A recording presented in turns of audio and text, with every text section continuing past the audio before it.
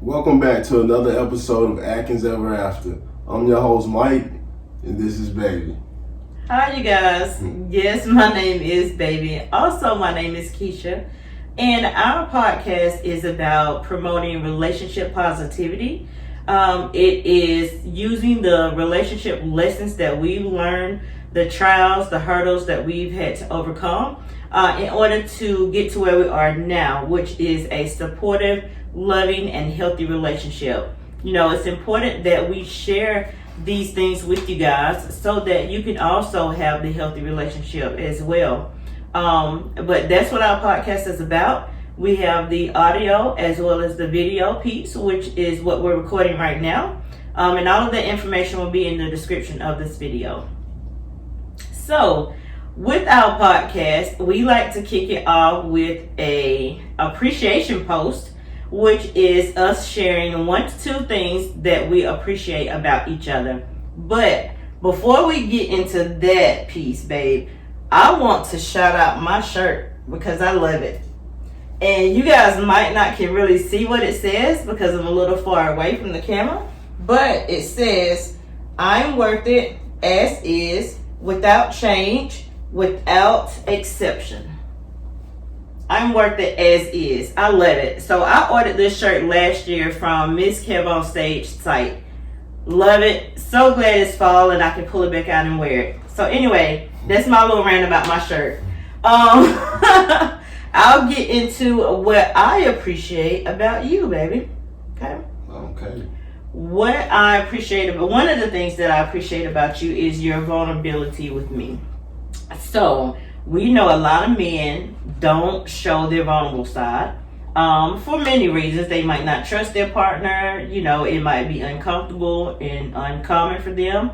But you trust me with your emotions. So you're very vulnerable with me when you need to be. So I appreciate that. I try to make sure that I keep that side of you very safe, you know, and protect you from an emotional standpoint. I also appreciate how you are very detail oriented. You're very considerate when it comes to me. Like, I wasn't feeling the best this morning, and when I got here, you had juices for me that you thought would make me feel better, which they probably will. So that's very considerate. Like, you didn't have to go out and do anything, you know. So that makes me feel special. So thank you for that. You're welcome. And I did have to go out. And See, that's how you think. You're like, I have to do these things. And I'm like, you really don't, you know. So I don't take it for granted because you don't. Yeah. Well. But you do, I guess, according to what you say. So that's what I appreciate about you. So my 2 things that I appreciate about you is your mindfulness. You're always thinking about, you know, how I feel. You're always checking my energy. Mm-hmm. You know, you're always checking my energy and making sure that I'm feeling the best. And also, I appreciate the peace that you bring me on stressful days. And, you know, that's also a part of mindfulness. Yeah. Because for you to, you know, because I, you know, as men, you know, we don't always show or let you know that we feeling a little stressed. Yeah. But, you know, I'm vulnerable. Yeah. And, you know, you can feel it and you make sure I'm taken care of. Yeah. And also, we are so in tune with one another, you don't have to say it. Right. I could literally say to you, babe, is everything okay? And you would say, yeah. And I'm like, no, it's not. Because I feel it. Like, I know how you are on normal days, on good days. And when you're different, I'm like, something is wrong, something is off. So, thank you. Yeah, you're welcome. Yeah. Absolutely. I'm always in tune with you. I want to make sure you're good, always. Yes, you are. Yes, you are. Yeah. Okay, so I love that segment. We hope that you guys love that segment. We might do some type of competition or challenge around, you know, appreciation posts. It is such a great practice to put in place in your relationship, I feel like. Like, how can it possibly cause harm? Yeah. It can't.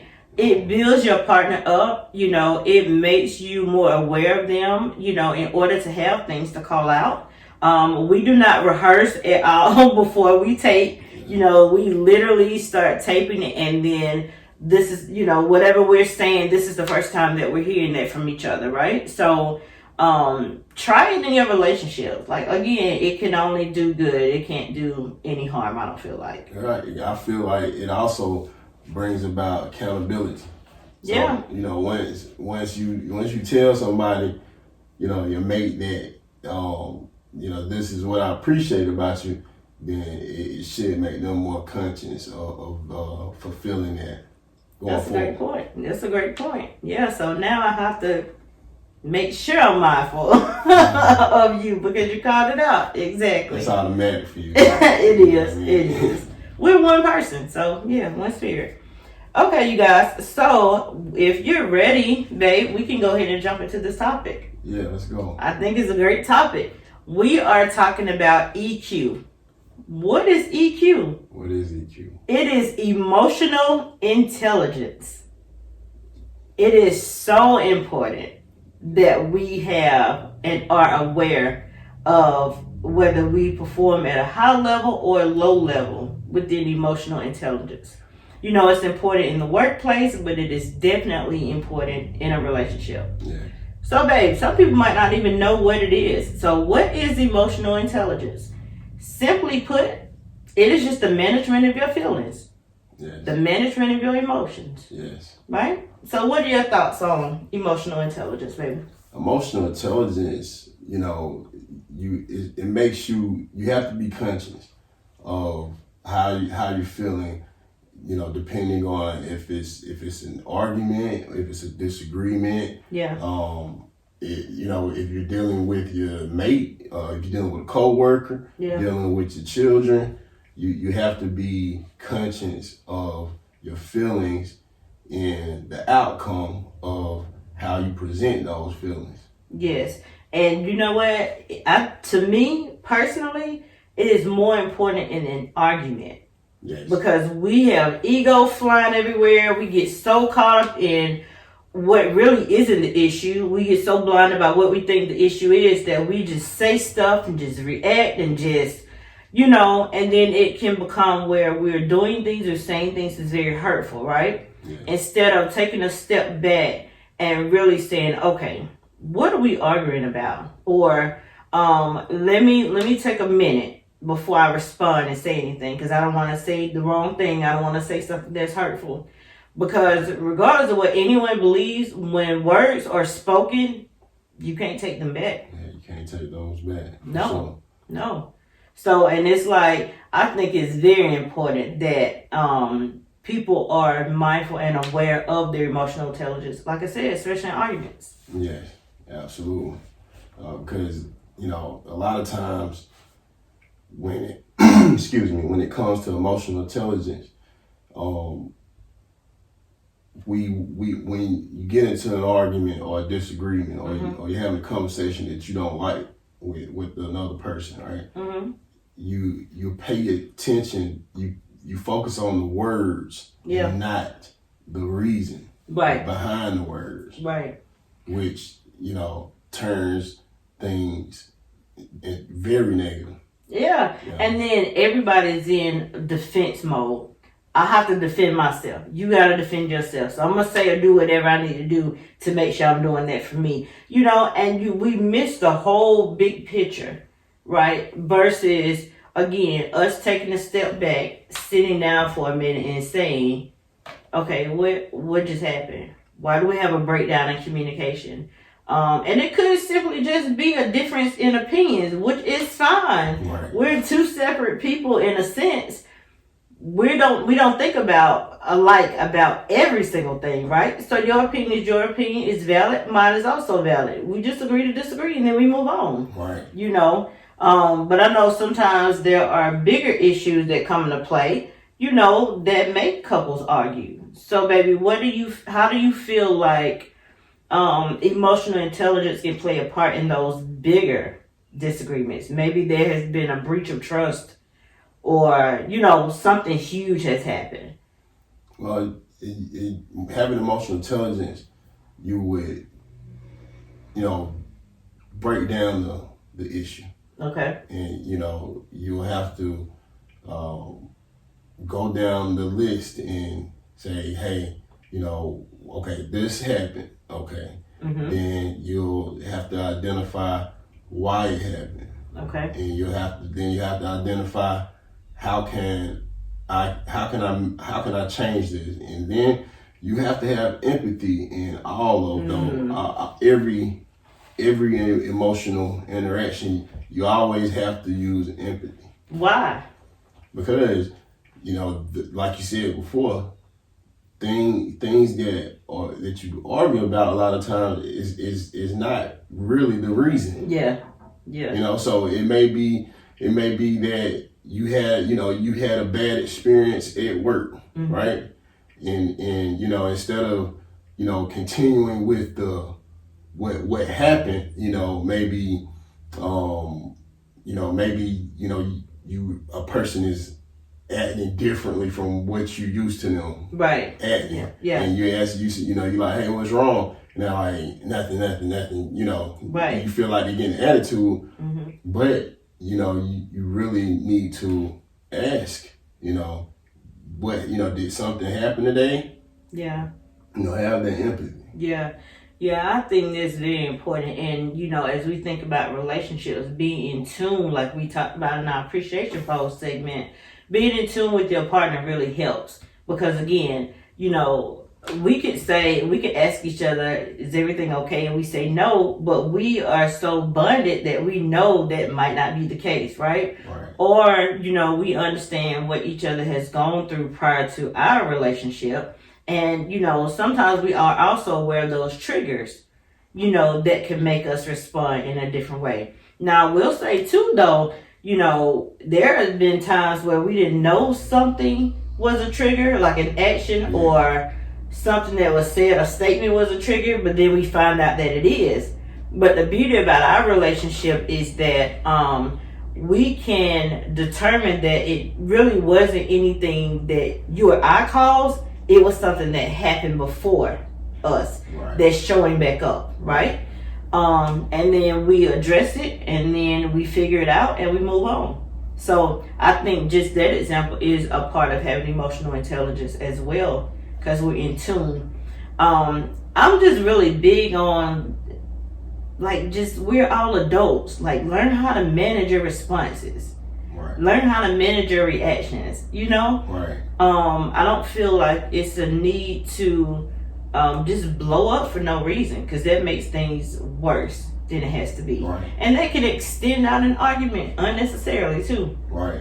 And emotional intelligence can be taught. So I definitely feel that people should teach their children emotional intelligence. Not flying off the handle over something. Take time to think Mm-hmm. and analyze what's going on, and that way you can have a better ending than not. Exactly. Because we don't like to argue. we don't like to not be on the same page. It happens, and sometimes arguments does have a benefit, but we hate it. Yes. We hate it. It's like the world has come to an end. Right. Absolutely. And we try our best to get back to being on the same page as quickly as possible, but sometimes it just happens. But the point you made about teaching it to your kids, I think it is huge. And I think that it can be taught at a young age. Yeah. And it's a lot of different ways that we can teach that to them, or that, parents can teach that to their kids. And one way is through conflict resolution, learning how to resolve conflict in a healthy way, right? Learning how to respond instead of reacting. That gets us in trouble every time. Responding and reacting are different things. Correct. Responding, you had some time to really process in your mind what just happened, what did this person say, or whatever. First of all, let's think about who's saying this. Right. when we think about each other, you know that I care a lot about you. You know that I would never intentionally say or do anything to hurt you. Right. Same with me. So if I take a step back and I'm like, okay, he has my best interest at heart. He truly loves me. I know that without a doubt. There's no wavering there. Let me talk to him and find out, why did he say this, or why did he say it in this way? Like, let me find out the root cause of it, right? Yeah. So that's the form of responding, instead of me just saying, well, you know what, whatever, I'm leaving, or, you know, I'll talk to you later, or, you know, that's reacting. Yes. And you don't get to the bottom of what just happened. That's right. That's right. And you know, not having emotional intelligence can make you miss out on a lot of opportunities. Absolutely. It really can. It can Yeah. make you take a lot of losses. Yeah. You Yeah. know? Self-care, I feel, is huge. A part of emotional intelligence. Yes. And why do you feel? Because I know you agree. Why do you feel that? Well, it gives you that alone time to really check in with yourself. Right. You know, to think about maybe some situations that you were recently in. Could be with your partner, could be with a friend, family member, whomever, you know, a co-worker, and think about, how did you respond or did you react, right? It can give you that solitude that you need to just become more centered and more at peace with yourself. So, you know, I'm a huge advocate for self-care. Yes. And, you know, self-care, you know, it really, when you do self-care, like meditate, right? Mm-hmm. If you meditate, or, you know, go out and, you know, get a massage, right? Yes. Or read a book, you know, you have that time. It's basically, self-care is time to get to know who you are. That's right. And you know, that way you can respond to other people in a way that's not offensive, and you don't take losses. That's right. That's so true. Responding and reacting is so true. It's valuable. You know, using active listening skills too. Like, most people listen to respond. Like, they don't even hear the full statement of what you say at all. They're thinking about, okay, how am I going to respond next? What do I need to say? It's okay. You don't have to have a response right away, right? That's right. Let me hear what you fully said. Let me give my brain time enough to process it, and then I respond accordingly. You know, so we have to have time where we actually hear what the other person is saying. Again, especially in relationship, we're on the same team. We're working towards the same goals. We need to be bonded. We need to be on the same page, at, you know, more times than not. So all of these things have to be exemplified, I feel like. Yeah. And, you know, having a balanced view of yourself helps with emotional intelligence. So when you know your weaknesses, right? When you know your weaknesses, and you get into an argument, right, or a disagreement again, right? Yeah. If you know your weaknesses, you can be fair and authentic. You must be authentic as well, and admit the part of you that may have caused the conflict. That's right. Accountability, self-accountability. You know, and that's the opposite of that, which is placing blame on everyone else, is an example of having low emotional intelligence too. You know, but that is such a valid point. Like, and also, in addition to that though, even if you don't know, maybe allow that disagreement to teach you. That's right. Because, and that's the part that I was saying about, you know, there could be some positive to an argument or a breakdown in communication, is that it can teach you if you allow it to. Yes. If you be in the moment, listen, let your mind process what's going on, right? To your point, did I cause this to happen? You know, or did my partner cause this to happen? Like, figure out that root. We are huge on figuring out the root of it so that it don't show up again. That's right. So that is such a huge point though. Self-accountability and letting arguments teach you. And you know what, babe? People have a negative connotation as it relates to arguments. They only see the negative side of that. You need to learn how to argue healthy though. Yes. That is a thing. It is. That's the thing. because I feel like, I'm not going to say all of our arguments are healthy. I think that they end up being healthy, and they are far and few between as we continue to learn each other and have more conversations like this. But we definitely try to let them teach us things. Yeah. I think that it's brought awareness for me so that I can have self-accountability, and I think it's brought awareness to you for the same. Yeah, absolutely. I totally agree. Yeah.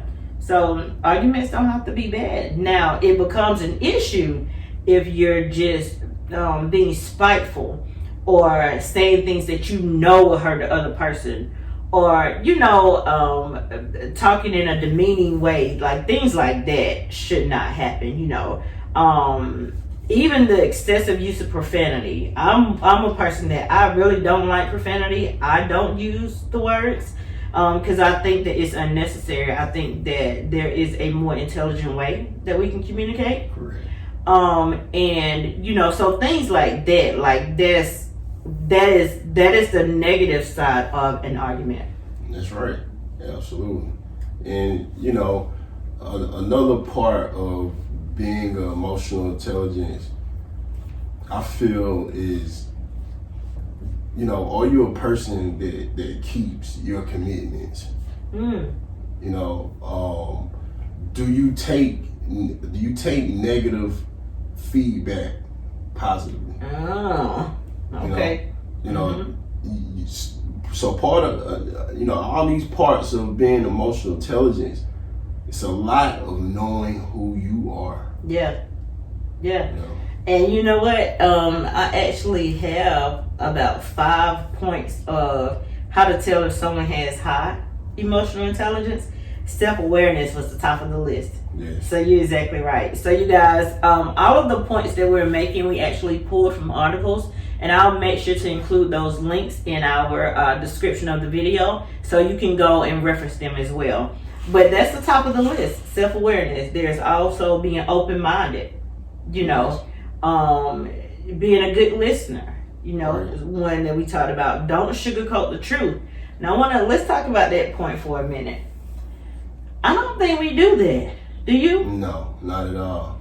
I think that we try our very best to communicate the truth respectfully, but we still call out things that we don't like, or something that has happened, or something that was said that we don't like, and the reason why we don't like it. Right. I'm a firm believer in, if you don't fix the leak, it can easily turn into a flood. Yeah. So calling out those little things, Mm-hmm. a lot of times that people don't want to do, or they don't want to, walk on eggshells. Yeah.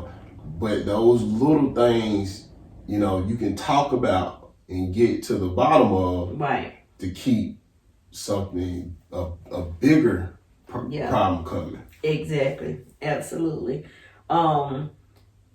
So why do you think, though, that a lot of couples are not honest with each other? Like, so for instance, they might choose to go and talk to their friend about it. Oh, I hate when she does this, or I hate when he does this, but never say it to their partner. That's a great question. I'm not like that, but No, you're not.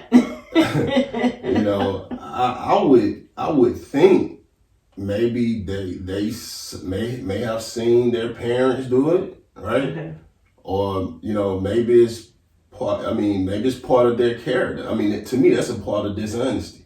And that's being two-faced to me. Yeah. With your partner that you share everything with. Right. You share your mind, your body, your soul. Yep. And then you go and tell somebody else about what's going on. Somebody that can't even fix it. it. Yeah, I agree.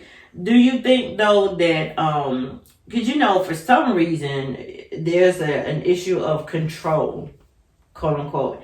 Do you feel like if a person tells their partner, or ego rather, if a person tells their partner, well, when you do this thing, I don't like it, it's almost like most of the times there's an automatic defense side that comes up it's like the other partner who's receiving that information feels attacked. But why is that though? Like, why would they feel attacked instead of taking it as constructive criticism to become better, which will ultimately make the relationship better? Yes. I appreciate the things you told me that you didn't like, and I changed those things. Yeah. But you should want that. Yeah. For sure. And I know everybody's relationship is different, and a lot of people have gone through some traumatic things together, where trust might not be there. Yeah. So that could play a part. Like, we understand, we know everybody's relationship isn't the same. And again, we wasn't always here. Like, we went through an issue or a period of time where, that trust wasn't fully there and, the communication wasn't fully there. So, like, we understand it. But if you see that there's some value in the relationship, if you feel like that partner is worth it though, try out these tips. Yes. Because again, just like the appreciation post, it can only help. That's right. And if it doesn't, it might showcase that person isn't right for you. Yeah, that's right. As well. Either way you win, I feel like. All right. I mean, if you got somebody that's just nitpicky, like every day, I don't like this, I don't like that, I don't like, well, hey, listen, you might need to go find you another you. Yeah, exactly. I mean, because I think the things that we called out are not, I don't think it's nitpicky. I think that, and I know what you're saying about other couples, but I honestly think like the things for me were like foundational things. Right. Like I need that communication constantly. I need that time, I need that understanding, So those are foundational pieces in a relationship, in my opinion. That's right. Even the little baby hairs and soap. Yeah, like that messes with my peace of mind. And if I don't have a peace of mind, then what does it look like? Not baby hairs, but curly hairs, baby hairs, whatever. I think all my baby hairs gone. Yeah. I got some gray. No, not too much. Not too much. I love it though. Don't change it. No. But yeah, so and I'm trying to think. Has there been anything that you've called out? Yes. Yes, there has. I'm just asking my own question. You are big on do what I say I'm going to do. Oh, yeah. You are big on me having proper time management. Being on time. Yeah. Your time management is fine. So being on time, okay. Being on time. Being before time. Oh, that's just so hard for me. I just struggle. I like to be on my own time. How important is the other person's time? I get it. I understand. You've told me, so I get it. Yeah. What else? Can you think of anything else that you've called out about me? The little tissues. Oh, that's hilarious. You want to tell them about your tissues? Why don't you tell them? You brought it up.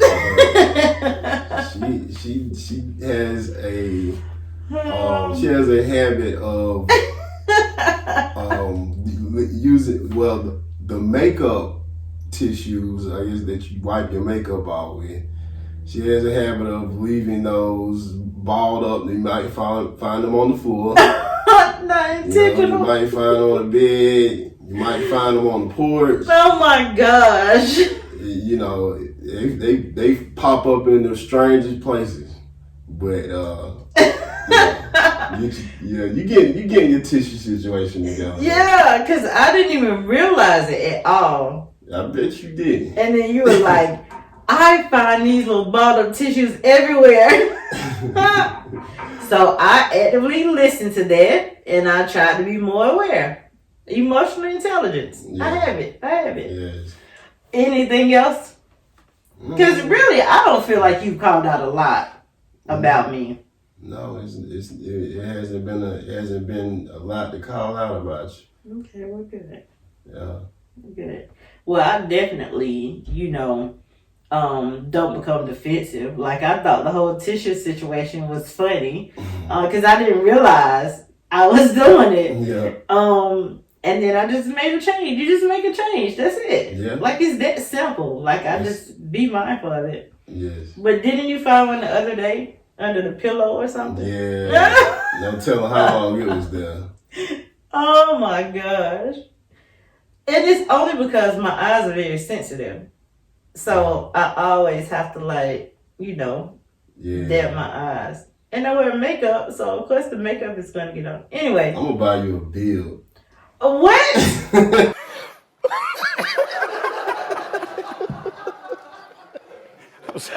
What would I use a bill for if I have sensitive eyes? See, you guys, this is the kind of stuff I have to deal with all the time. Yeah, that way you keep it around your neck. Oh my gosh. And dab it and put it back. That is just ridiculous. Don't buy me a bill. Don't do it. But back to our topic. So we've talked a lot about a person having, high emotional intelligence, the importance of that. What about someone who has low emotional intelligence? Having low emotional intelligence, you need to work on it. You need to work on it. Plain and simple. Yeah, because you're going to get yourself in a situation, you might get beat up, you might get left. Yeah. You're gonna take some losses. Either you losing a person, losing some money, losing opportunities. You're gonna take some losses. Yeah, all of that is a no for you. Yeah, because some of these things really might be deal breakers for a person.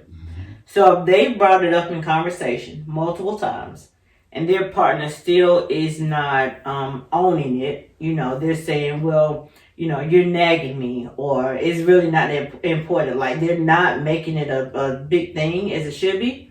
The other partner can be like, you know what? You're not the person for me. Yeah. Stay how you are then, And I think with us, I was very mindful of saying to you, I'm not asking you to change who you are. I'm saying what I like and don't like. I'm saying what I will tolerate or not tolerate. Then it becomes your responsibility if you want to make the change or not. Yeah. Right? So I've always said that to you. I don't want you to change who you are. These pieces right here, I just can't have show up in my life. Right? So the things that you were speaking of, I had to take a look, and decide, hey,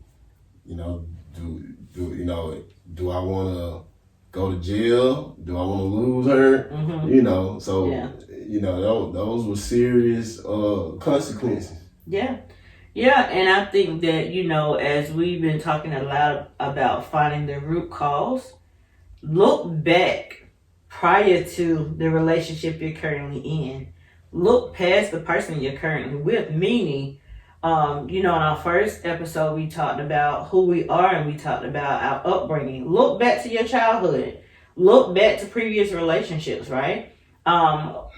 Every one of us has brought things away from all of those interactions, and they've made us to be who we currently are, right? Good and bad. Yeah. So there are a lot of great things that we have taken away from previous people, but there are a lot of traumatic things, a lot of traumas that we brought as well.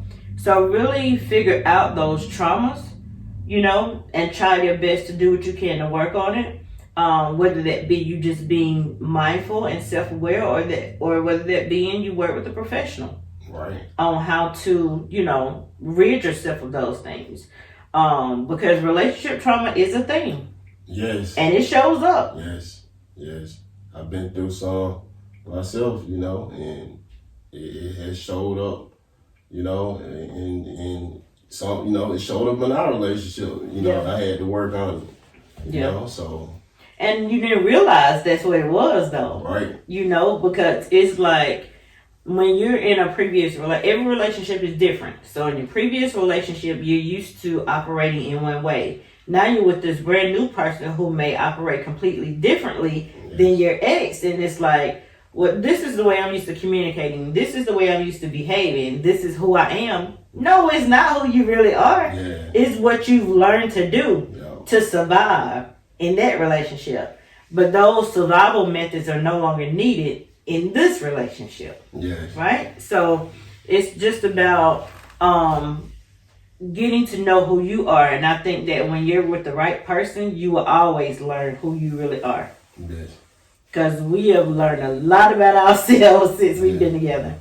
Absolutely. I can say I have, for sure. Absolutely, I have. You know, and that emotional, having emotional intelligence, helped me to recognize the things that you pointed out that, were happening, that cause conflict. Yeah. And that's crazy. Like, my ex is not finna break us up. You know what I mean? Yeah. And she probably wishing on it too anyway, no. Yeah, but I mean, again, something that's great about you is you really don't become defensive with me when I bring something up or call something out. Like, you really do take a look at it and make whatever change is needed. So I definitely appreciate that. I know I appreciate your posts is long gone, but I really do. I'm thankful for that from you. So I'm thankful for you. You're a high value being. Yes. And, beautiful. So what does that mean? What is a high value being? Who is that? A high value being to me is a person that knows what they want. They have goals. They have assignments. They have purpose. They show their purpose. And, of course, you have emotional intelligence. You have spiritual intelligence. You're a great mother. The best mother I know. No, thank you, baby. Yeah, absolutely. So, high value being is, a person that definitely knows what they want, has purpose, knows their purpose, and are acting in their purpose. So, a high value being, when they meet someone who is not operating on their frequency, one to two things can happen. Either they can give someone an opportunity to raise to their level, or they just dismiss the person. Yeah. Because the other person's operating too low. Right. So I had a conversation similar to that with a family member last night. We were just talking about how we both have aspirations. We both are, striving to reach our goals. And we are who we are unapologetically. We're not worried about other people's opinions or anything else. We're just going after what we want. But there are not a lot of people that we have encountered thus far that's like that, right? There are some, but not a lot. And so we both recognize the fact that God is doing a work and removing people that are not at that mental capacity yet from our lives. Yeah. So similar to what you're saying, and I've never thought about the description of high value being. Yes. So that's exactly the conversation we had. But baby, one more point that I wanted to bring up about how you can tell if someone has high emotional intelligence is they apologize when they're wrong. Yes. People hate to apologize. Yeah, I don't know why. Do they feel like it is a sign of weakness? I can see a person feeling like it's a sign of weakness. It's losing. They're lose. They don't want to lose. But you have narcissists. You have narcissistic people, right? They're not going to apologize. They do nothing wrong. That should be a topic all in itself. You guys, should we do a topic about narcissistic or narcissism? Even if you don't want us to, we're gonna do it. You must know about narcissists. They are real. Okay. Okay, so we'll do an episode about it then. We can save your life. Trust me. Wow. So, do we have an issue with apologizing? No. I don't. Do I have an issue with I apologizing? think you do. Yes. Oh. Is it okay? So I really have to think about this honestly. Is it the fact that I don't want to apologize right away, or that I don't want to do it at all? And I know I probably should be asking myself this, but you are me. You are me, so you can answer for me. Yeah. I feel like, well, that's the thing with you. You like to look at, you like so with emotional intelligence. Okay. You have to be a person that views from your side and the other person's perspective. Okay. Right? So you like to break down, whatever happened, from every angle. Mm-hmm. And then you will decide at that point, once you're finished, if an apology is warranted. If an apology is warranted. Oh, do you agree? Gosh. I can see how you would say that. So, do you feel like there have been instances where I should have apologized and I didn't? Man, I'm having a thing far back. So nothing recently? No. You apologize when you apologize when you're supposed to. Okay. All right. Yeah. I just want to check because You apologize. I want to make sure that, I am. Because, to me, apologizing is self-accountability. Yes. It is. Not apologizing when you know you're in the wrong and you're like, well, the only reason why I said that is because you made me feel this way. Mm-hmm. You are the owner of your own emotions. I can't make you feel no kind of way. You choose to feel that way, right? And that's what a lot of people don't realize. That's huge. Oh, this person said this to me, so that's why I reacted. No, you still chose to react that way. That's right. You still chose to use those words. You still chose to call them out their name or whatever. That's on you. Yeah, that's right. That's not on the other person. That's right. That's right. Your karma is how you react. Yeah, so I think that when we look at things that way, like I did this because you did that, that's giving people too much power over you. That's right. Absolutely. And I can't. Absolutely. Simple as that. I can't. So, no. So, it's about just being mindful, of yourself, being in tune with who you are completely, high EQ. Again, it stands for emotional intelligence. High EQ can allow you to definitely succeed in life. I know with my last profession being in human resources for a financial institution, I definitely had to have that. Being in a leadership position, yes. I had people reporting to me, and everybody has different personalities. Everyone goes through different things, Yes. and so I had to make sure I was actively listening to them. Yes. I had to make sure that I was not reacting, but responding to their personal needs, right? Yes. And not just from my direct report standpoint, but for the nature of the business. Right. We are supporting employees. Right. It wasn't a customer base. It was all employee base. And so if I didn't have high EQ when I started in that profession, I definitely learned it. Yeah. Yeah. It made me think back to, when I was in a leadership role at a financial institution. Mm-hmm. And, I had a guy that was on my team, and he used to just make up any kind of story Mm-hmm. why he was late, right? So, I sat down and talked to him.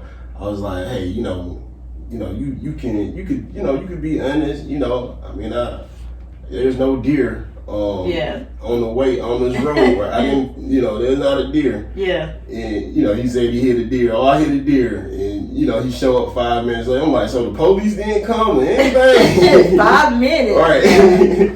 But, I had a conversation with him and let him know that, hey, you can be honest and, let me know, hey, you just late. You Right. know? So, But I say that to say because like it was one time that after that he made up he said his tire fell off his car Oh my God. on the highway, right? Right. Oh right? wow. Now and then he came to work. I said, man, your tire fell off on your car. I'm like, man, your car, you drove it? Yeah, I drove it here. I'm like, so the tire fell off and the bottom of the car didn't hit the ground or anything. Like, the car not towed up. You here? You know what I mean? But I say that because like in a situation like that, some people, because I've known people to be in leadership roles and they feel disrespected. Right? They may feel disrespect, like, you're going to try to play me. Yeah. Okay, guess what? I'm going to fire you. I'm going to get you fired. Write you up or, You know what I mean? Mm-hmm. So, leadership, I feel you, being in a leadership role, you definitely have to have emotional. To me, it's all about being human. Yeah. Like, just be human, Also, again, thinking back to a lot of people haven't had great work experiences with managers. Yeah. So if you're a manager that's understanding or supportive, they might not be used to that. They might feel like they have to lie, Yeah. And so just helping them break down that mindset of, no, I'm a human being. I understand things happen. Just be honest with me, But it's definitely important in the workplace, for sure. Yes. I had to have it and showcase it every day. Yeah. I know what you mean. Yes. So, emotional intelligence, we thought it was an important topic to bring to you guys.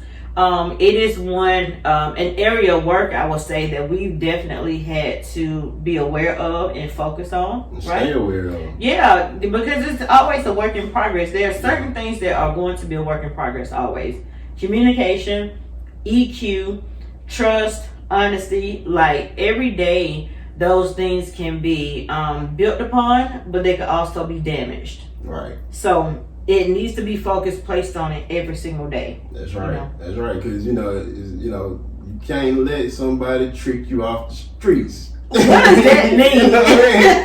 What does that mean? So having emotional intelligence will keep you from doing something to somebody, right? Yes. And then you go to jail, right? And I don't need you going nowhere, okay? Right. So I don't belong there. Because who's gonna take care of me? That's right. I'm gonna stay out here. Trust that. Thank you. I appreciate it. And before we end too, just thinking about that, like it's so funny that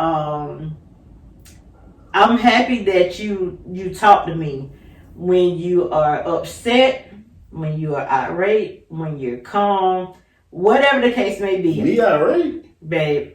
Oh, come on. Okay. I'm happy that you talk to me in those times though, because we have so much respect for each other that we're going to listen to each other. And we're going to take the advice or whatever you want to call it, recommendations from the other person. Yes. So I'll let you get everything out that you need to get out, and then I say what I gotta say, and then most of the time you're back.